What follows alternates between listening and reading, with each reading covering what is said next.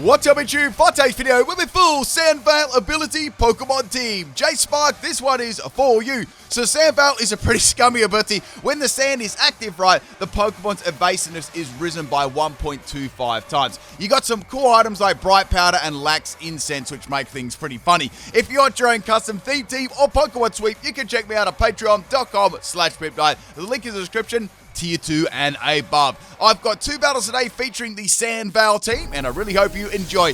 Yesterday, I was a little bit busy with the stuff in real life, so I've got uploads for all the rest of the week.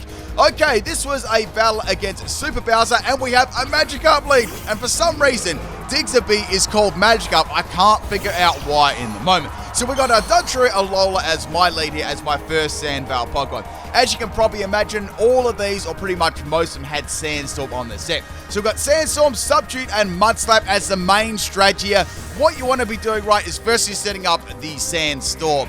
Now, the item I've got on my Dugtrio is going to be Bright Powder. Unfortunately, we got the Diggsby. It's a special set. Go for a Scorching Scum, and guess what? It hits me, and not only does it hit me, it burned me as well. So it was a disaster first turn there. So one more turn, I will be going down to the burn or whatever attack Diggsby is going to do. I'm going to be popping a Flash Gun here just to get some kind of damage on it. It does pretty good. I'm pretty happy with that. And now my opponent is going to go for a Disrespect Super Fang. Super Fang doesn't take me out, but the burn sure is. That was a very, very mean couple of turns there. My opponent's trying to troll me.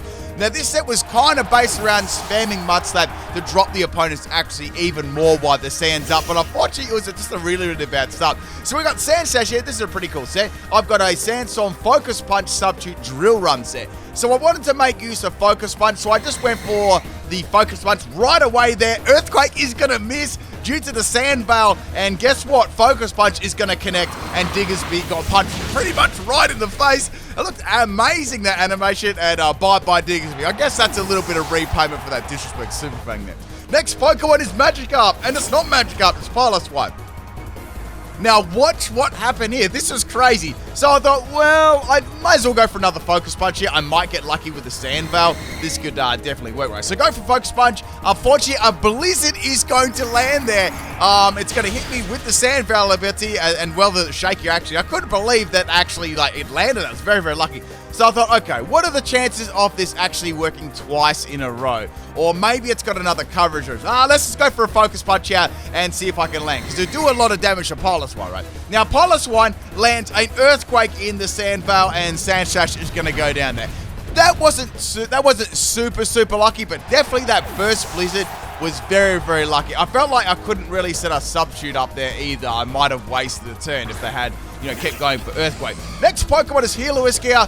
This is a max speed, max special attack set. I've used this similar set in another team, but this is pretty fun. So we're going to set the sand up here, and we'll get at the Sandvale ability. Now, with the sand up and the Sandvale, I can also make use of Weather Ball too, which is going to be a rock-type move. This also has Hyper Beam here too, so the whole idea was to go for Hyper Beams, and then maybe if I got a miss, I could go for another Hyper Beam over and over. Now, Piloswine is going to land its first Earthquake, which is a bit of a shame. I've got the Sash as the item here, so I was like, okay, I've got absolutely nothing to lose. Weather Ball is not going to do a lot. I can't use Discharge. Let's go for Hyper Beam, and let's hope that the next attack can maybe miss, and then I can fire off maybe 2 Hyper Beams. Right? So firing off that big old Hyper Beam at the Piloswine there. Man, this thing is pretty tanky. It's definitely Everlight set. Then they land a Stone Miss in the sand. Come on. I've been a bit unlucky so far with this team. And then I get a crit on 1 health too, which definitely matters. Just to add a little bit of salt there. Okay, Heloisk is down. So things aren't going all my way at the moment. Bringing in the Garchomp now. This is a special Garchomp. We've got a Sandvale set here with Sandstorm, Earth Power, Fire Miss, and Draco Miss. So I was like, okay, well, I don't know what sort of ability this has. Let's see if it's got Thick Fat or not. Clearly, it did not have Thick Fat, and the Piloswine is going to go down. I thought it was going to go down, and then it's on 1 health, and I burned it. And Blizzard misses, and it goes down to a burn. Like, you wouldn't read about it. That was so lucky right there. So maybe I was unlucky that they lived, but I was lucky they got a burn in their Blizzard miss. But that's another story. So the next Pokemon to come in here is the Graplock, and I don't know why this team is called Magikarp, or I just don't. It's like a fake Magikarp team. I don't know. I'm not sure where my opponent is going here. Maybe they can drop a little comment. So go for Earthbound. Earthbound is actually nearly a 2-hit KO from the special Garchomp. Graplock is going to go for a Superpower here, which does fairly good damage to Garchomp, but it's definitely not going to be a 2-hit KO after those attack drops. Now, with the sand here, I actually should be able to get around this as a 2-hit KO. My opponent also has the white herb there, so I can get rid of the attack and defense drop, which will help them fire off another superpower, so it will be as strong as the last one. I really don't want to get hit by another one, so I'm hoping that Earth Power will take this thing out. And Earth Power was probably just enough to take the Graplock out. Almost said magic up there, said bye-bye Graplock. I'm clawing my way back into this game here. Now, the sand is going to wear off too. Now, what I wanted to do, right, I wanted to make sure the sand was up pretty much all the time, so that was a challenge. Unless I really had to take a Pokemon out then and there if I was going to get destroyed, right? So in comes our Zeraora, which is called Magic Up. It's going to go for Protect here. So, like, oh, I could have actually got, like... I could have got a attacking move off there, but I went for the Sandstorm instead, so that was quite good. Like, instead of wasting a turn using Earth Power, but I had no idea they were going to use Protect Rope. So the Sandstorm is back up again. This is a Smooth Rock Garchomp too, so getting that nice smooth turns, 8 smooth turns of the Sandstorm. Swapping Garchomp out, and we got the Sandygast here. I wanted to run a cool little Everlight there. Lucky for me, the Zeraora is going to go for a Power Up Punch, so that's not going to affect me at all. So I was wondering what Zeraora would actually be able to do to me. Shore Up, Sandstorm, Sandtomb, and Toxic Trapping set. It was very, very bulky, right? We got max health, and I've also got max defense here. The next Pokemon is actually Magikarp. So this time I went for the Toxic. Unfortunately, it's going to poison the Magikarp. I would have liked to poison the Zeraora instead, not Magikarp, because it's probably not going to be too much of a threat. The really only thing I could come up with it actually be able to do to me is probably going to be Hydro Pump. And I don't think that's going to do a lot of damage there. So the first Hydro Pump is going to miss. Thank goodness, because I got Sound Power. And here comes the Sandtomb, and Magikarp is going to get thrown into the air. Just like way, way in the air, and then way, way down. So it's going to get hit by the Sandtomb damage, and the Toxic. So Magikarp is not long for this world, right? Now, the funny thing about this is I was wondering if Magikarp would even be able to land one hit off of me.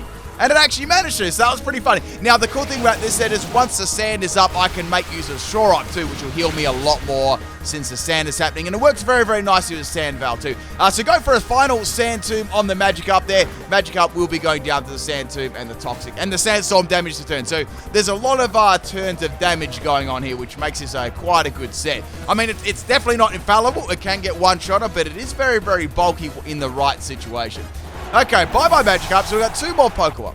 Now, Zeraora swapped out of this for a good reason. Maybe it's got nothing to hit me with here.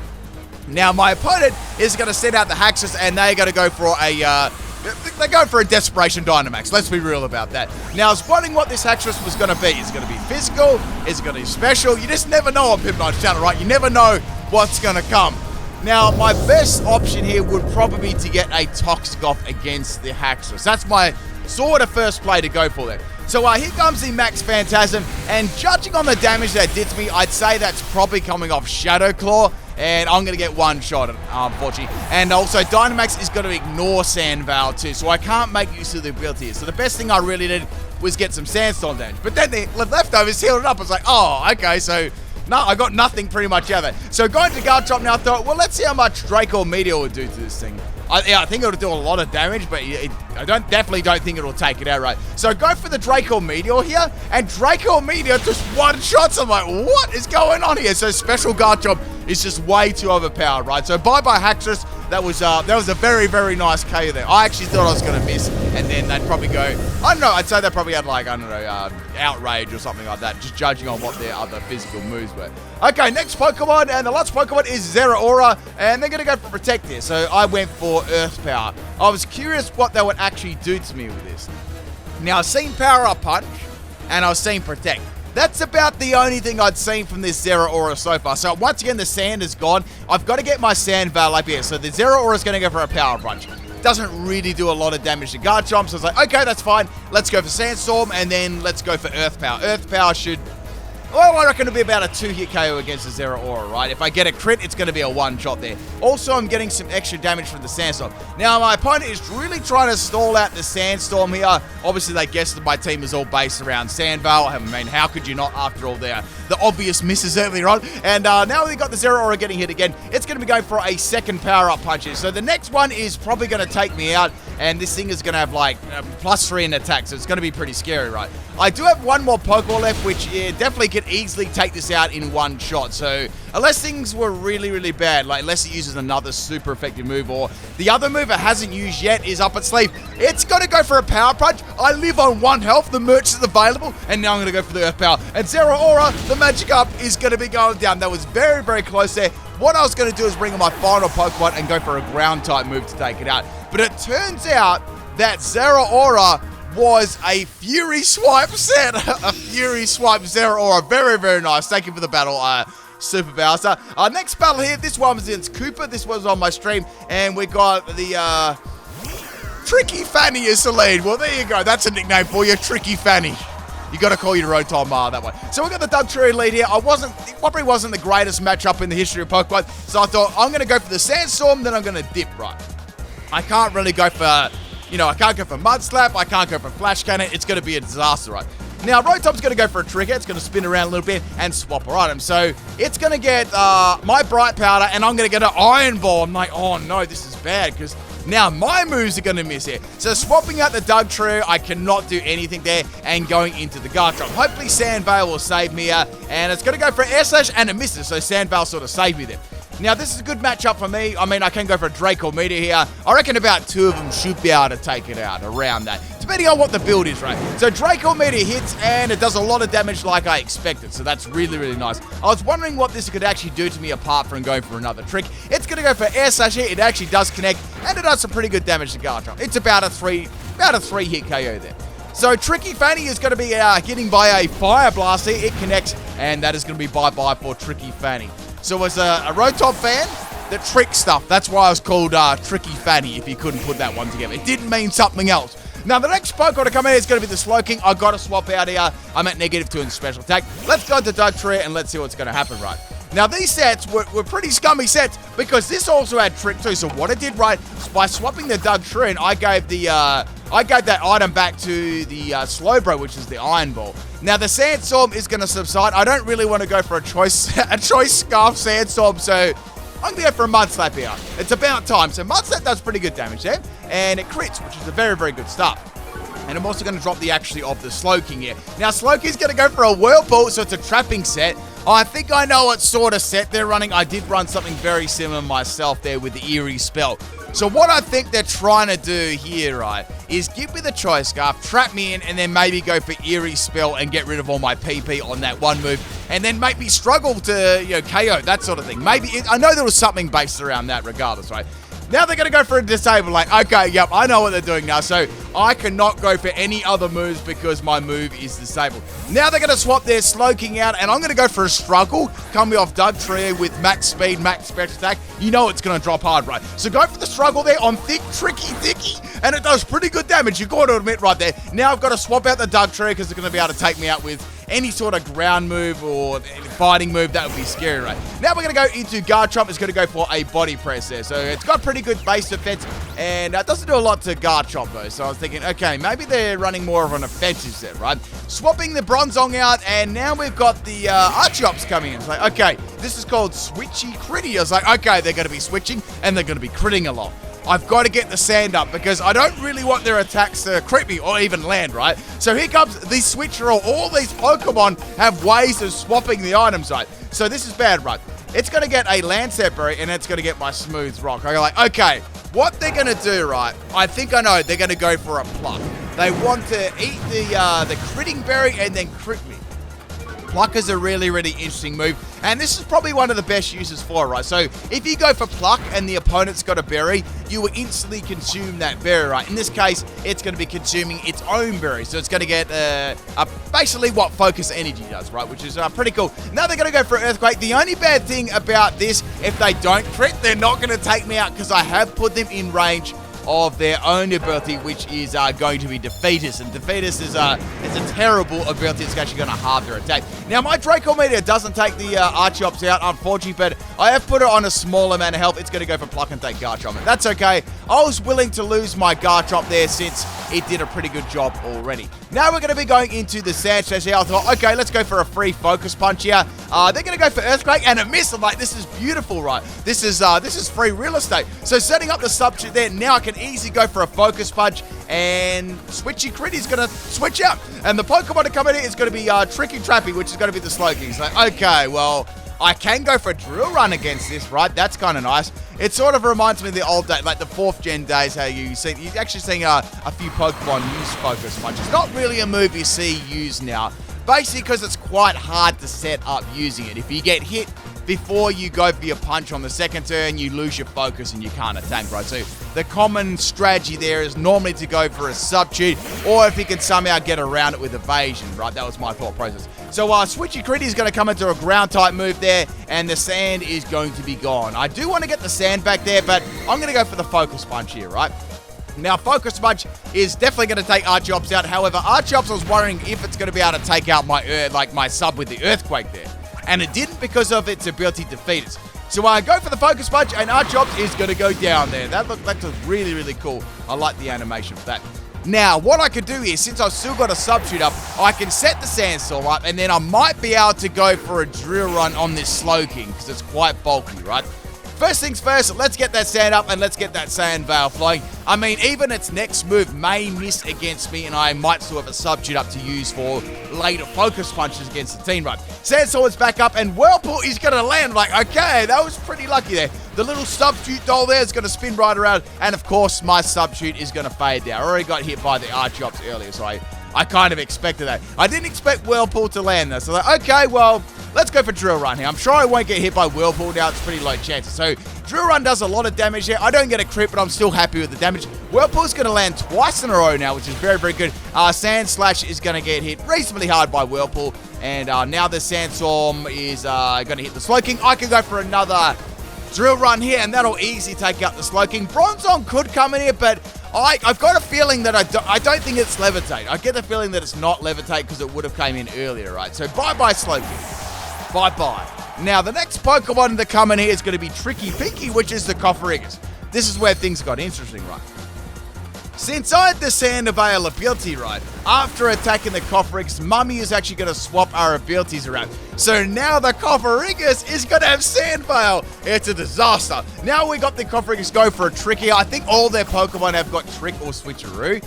And I'm going to get a Toxic Orb, and they're going to get a jar of Lax Incense. Oh, no, this is not good. So now, right, my Sash is poisoned, and I can't hit the broadside of a barn here, right? So here comes a Hex from the Coffericus. Very nice straight to there, giving me a Toxic Orb and then hitting with a double base power Hex and stealing my ability and the item to help themselves. So I got completely and utterly countered there. I mean, Mummy came in clutch for them. So the sand is gone. I don't know really if I want to set the sand up again, but I was like, I got to set it up, right, because it helps my team out too. I'm thinking here, let's go with Stunfisk, because this is a Fissure Stomping Tantrum set. I've used this a couple of times. The Hex is going to land on Stunfisk there. They don't have a Toxic Orb to swap to me either. And I don't think they're going to go for a trick to give me a Lax Incense, right? That would be bad. So go for Fissure here, and it's missed. Like, okay, that's cool. I can go for a Stomping Tantrum. It'll do double base power. And, man, it'll do a lot of damage here. Like, Coffericus will have to, watch out for this one, right? So these Sandstorm's going to do a little bit of damage there to the Coffericus. And we got the Tricky Trashy coming in, which is the Gengar. So Gengar, I was thinking, does this have Air Balloon? But it doesn't. I was like, okay, does it have Sash? That's not going to matter. And Tricky Trashy is going to go down there. So they would have needed like an Air Balloon to get around my Stunfisk's powerful attack. Or maybe they just sacrificed it, right? Now, the next Pokemon to come in is going to be the Bronzong, which is the Tricky Thicky. And it is going to be their Dynamax Pokemon. So I was quite confident. Well, I didn't think I could do much with Stunfisk here, but I was definitely confident that this one wasn't Levitate. Judging on the plays that they've done, but they should have swapped their Bronzong in afterwards. That's why I thought that, right? So this was either Heat Proof or Heavy Metal, yeah? So here comes the Max Steel Spike from the Bronzong. Stunfisk is very, very bulky. This is a max health and max attack set there, so I'm able to live that very, very nicely. So what happens here, my Stunfisk is going to be going for a Fissure because I didn't know they were going to go for Dynamax that turn, right? So now I'm going to go for the Stomping Tantrum just to see what ability they've got. And they're going to take me out and Max Mice off. It's not the greatest thing in the world losing my Stunfisk there, but at least there's only one more turn left on the Bronzong's Dynamax there. That is one big bell. So bye-bye Stunfisk. I've got Doug Tree left. I thought This is probably the most expendable Pokemon on my team because of the item I've got now. It's not going to do a lot of damage either, so let's go for Mud Slap and let's see what's going to happen. So now I can see they definitely are not Levitate, and I'm going to drop the... Actually, that's not going to matter a lot because now it's going to go for Max Knuckle and take Dugtrio out in one shot. That is coming off Body Press. That's okay. I didn't really mind losing my Dugtrio there. It wasn't the strongest Pokemon. It was mainly there just to troll the enemy with Mud Slap, then swap a stronger Pokemon enough to take advantage of that, right? So we've got 57 seconds of the battle. I've got my Heloise here, and there's a Coffericus left. I was very, very confident that I could win from this point too. Now, I'm going to be going for a Dynamax and Max Lightning. This should be enough to take out the Bronzong in 2 hits, like easily, right? And then when the Coffericus comes back in, it's going to have to live another one. So I'm very, very sure it'll be able to take it out. Plus, I've still got one more Pokemon after that, which is my Sandygast and Toxic. So I should be able to get around that Coffericus. No worries here at all. So obviously this game, we weren't able to finish the battle because it just simply... it wasn't enough time, right? Stupid 20-minute time. But I believe I would have probably won this battle here, just judging on how much damage I did there from the, Heloise's electric move here. And as you can see, Bronzong with its, I think it did Body Press here. I still had, I went for the trick there, so the trick has got to actually miss, and I'm going to take it out this turn. Hope you enjoyed the second battle here with the Sand Valve team there. Thank you, Cooper, for the battle. A very interesting, tricky team there. I'll catch you tomorrow for another video. Peace out.